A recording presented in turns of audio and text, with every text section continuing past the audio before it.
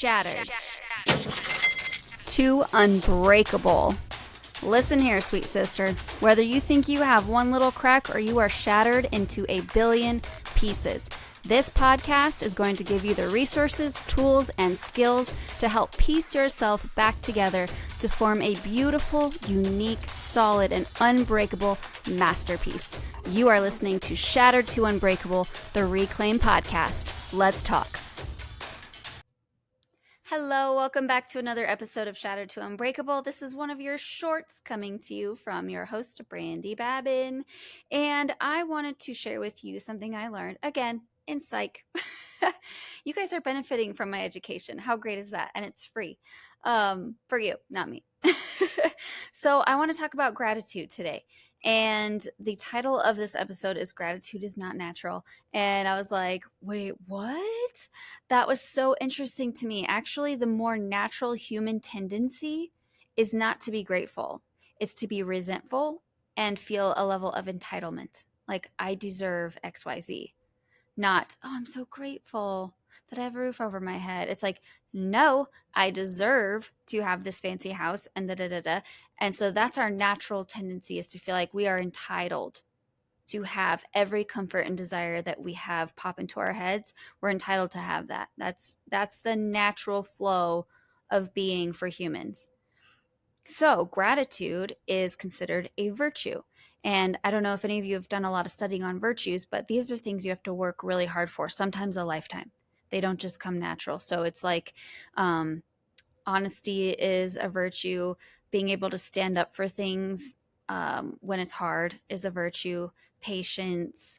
So it takes practice and sometimes a lifetime. And something I learned, you're going to hear me say this so many times, but I love this book. It's called Chop Wood, Carry Water.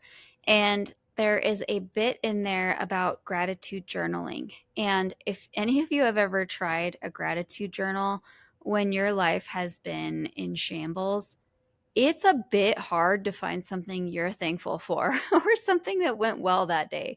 So I love how he puts it. He's like, start small. You're going to want to work up to 15 things that went well, because right now your brain is wired on a pathway to notice all the bad stuff, because that's what you think of all the time. Like, well, this didn't go well, and that didn't go well, and this didn't go well. And so your brain is literally trained to pick out what didn't go well all day long. Doesn't that sound excruciating? And yet it's what we're all doing. So the best way to change this is to create a new neural pathway in your brain. We can do this because our brains are so fantastical. It's called neuroplasticity. And we can create new pathways in our brain and train our brain to think new things. I love this. So something about gratitude, this journal is going to help you start picking out different things. So the first day, he's like, just write down one thing that went well. Then day 2, write down 2 things. Day 3, write down 3 things, until you're getting up to like 15 things a day.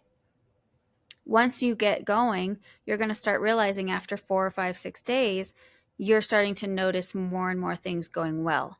You're already going to be seeing this pathway being formed. It's the coolest thing. You will start to notice the good things. And, we've said this before, when you're thinking about buying a white car, what do you see? White cars everywhere. When you're thinking you might want to have a baby, what do you see? Pregnant people everywhere. But there's no more or less pregnant people today on the streets than there were yesterday. It's just now you notice them because you're thinking about it. So when you start writing down good things that go well all day, every day, you're going to start seeing those things. It's really neat. And so I just want to tell you, I hate reading on the podcast because I feel like you could tell I'm reading and it's like very boring to just hear me read. So I'm going to try not to sound boring, but I do want to read these because I don't want to mess them up. So there are benefits to daily gratitude journaling. One is it facilitates coping with stress, especially post-crisis stress. Now, many of you might not need this, but in my life, there was quite a stressful time. And so it really did. I started journaling when I was in the midst of an emotionally abusive relationship. And so I started doing this gratitude journal in the middle of it. And it was crazy how many great things I was able to pick out even in this time of turmoil. And it did help my mood, and it brought me out of this depressive state, and it started making me wake up to the fact that life wasn't all in shambles and there was something I could do about it. And it gave me confidence, and it helped me create boundaries, and it helped me research and reach out for help. And so it was very powerful in this crisis time of my life. Number 2 is it reduces toxic emotions resulting from self and social comparisons. So it reduces resentfulness and envy. This is huge, especially with social media, you guys. We compare ourselves constantly. We compare our home decorations, what we do with our kids, what outfits we're wearing, what we do for fun, what meals we're making. Everything is compared, especially on social media. So I think this is like one of my favorite parts of the gratitude journaling benefits is this reduces toxic emotions resulting from social and self-comparison. Groundbreaking for women especially.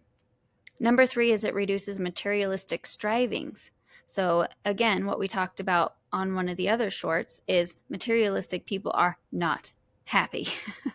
They're not. You can't have gratitude and materialism. They do not exist. And this is coming from like stats and psychological data and studies that have been run. So this isn't just like a theory. Like this is true based on psychological studies. People who are materialistic are not gracious or not thankful. Like it's one or the other. I thought that was interesting. Number 4 is it improves self-esteem. I feel like that kind of goes with number 2. Number 5 is it enhances positive memories. So you can literally change your perception of the quality of your life. This is huge. When you look back on your life, are you remembering the things that went wrong or the things that went well? Like in this memory, do you remember your parents fighting? Or do you remember you and your sister giggling until you peed yourself? Like, you know what I mean? Like what memories are sticking in your mind because of these pathways that have been carved? And the cool thing about this is you can change these pathways so that your future memories are going to be different. And then you affect how your kids have their memories. Build social resources, a trait highly sought after in romantic relationships. So this is going to give you a better perspective on who your friends are, who you let in your space. Number 7 is it motivates moral behavior. So you want to pay it forward. You're drawn to the reciprocity of life. So you're wanting to do more, give more. And number 8 is being spiritually minded. Positive events tend to be attributed to God. So grateful people score higher on religious attributes as well. 9 is it facilitates goal attainment, more likely to go for and attain goals. So clues you in on maybe why you're not reaching goals that you've been setting over and over and over again. You might be needing to brush up on this gratitude part of it, because if you're setting goals and you're not reaching them, it's probably a mindset thing.